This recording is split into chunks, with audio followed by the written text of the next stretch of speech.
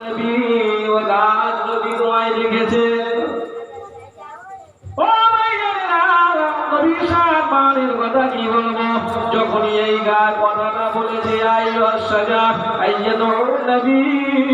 বলার সঙ্গে সঙ্গে গাছ তার নিজের সমস্ত ঘোড়াটাকে উপরে নিয়ে এসে নবী পাকের দিকে আসতে যে বল সুবহানাল্লাহ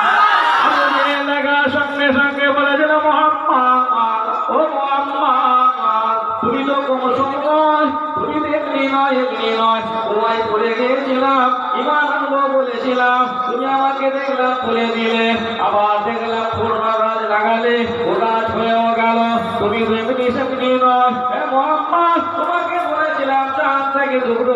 করতে তুমি ওই ঘরে বসে বসে চাঁদ থেকে টুকরো করেও দিলে হে মুহাম্মদ শুধু তাই না তোমার গাছটাকে আনার কথা বলে দিলাম গাছটাকেও তুমি তো কাছে নিয়ে আসলে গাছটা আসতে শুরু করলো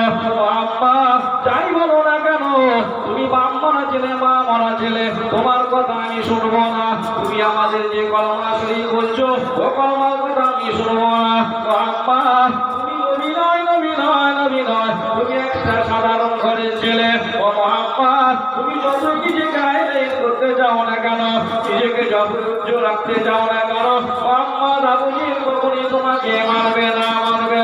বললো চাচা যা আরো কি করতে হবে বলো যদি বলেন সেটা আমি পরীক্ষা দিতে রাজি আছি তথাপি আপনি একবার কলমা শরীফ পড়ে নিয়ে আপনার ভাইপো মুহাম্মদকে নবী বলে মেনে দাও চাচা শুনে আপনি যদি আমাকে নবী বলে মানেন আমাদের ময়দানে মহাশরে দিয়েছে আল্লাহ পাককে বলবো আল্লাহ এটা আমার বংশের এক চাচা আল্লাহ পাক আমার এক বংশের চাচা আল্লাহ আপনাকে মাফ করে দেন আল্লাহ আমার কথা শুনে আপনি নাজাত পেয়ে যাবেন